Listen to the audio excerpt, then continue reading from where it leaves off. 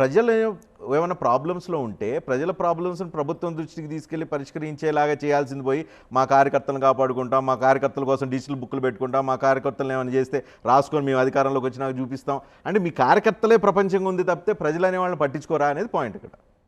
కార్యకర్తలు ప్రజలు కాదా? ప్రజలే వినండి, కార్యకర్తలు మనుషులే కదా, మనుషులే. వాళ్ళందరూ ఆంధ్రప్రదేశ్ రాష్ట్రంలో పౌరులే కదా. మాకు 40% ఓట్లు ఉన్నాయి కదా. 40% ఓట్లు అంటే ఎన్ని కోట్ల ఓట్లు? 40% ఓట్లు. వినండి అంటే ఆ కోటి చిల్లర ఆంధ్రప్రదేశ్ రాష్ట్ర ప్రజలు కాదా? మాకు వచ్చిన కోటి చిల్లర మంది ప్రజలు ఆంధ్రప్రదేశ్ వాళ్ళు కాదా? వాళ్ళు పౌరులు కాదా? వాళ్ళకి హక్కులు లేవా? వాళ్ళని వేధిస్తుంటే, వాళ్ళని కాలు రాస్తుంటే, వాళ్ళ హక్కులు కాలు రాస్తుంటే, వాళ్ళని భౌతికంగా దాడులు చేస్తుంటే స్థైర్యం చెప్పడం తప్పేంటి?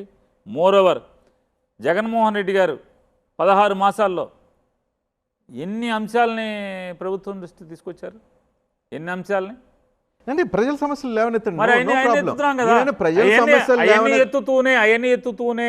ఎత్తుతూనే ప్రజాక్షేత్రంలో ప్రజల సమస్యల్ని వెలుగులోకి తీసుకురావటానికి వాటికొద్దా డిజిటల్ బుక్ ఓన్లీ కార్యకర్తలుగా కావాలా?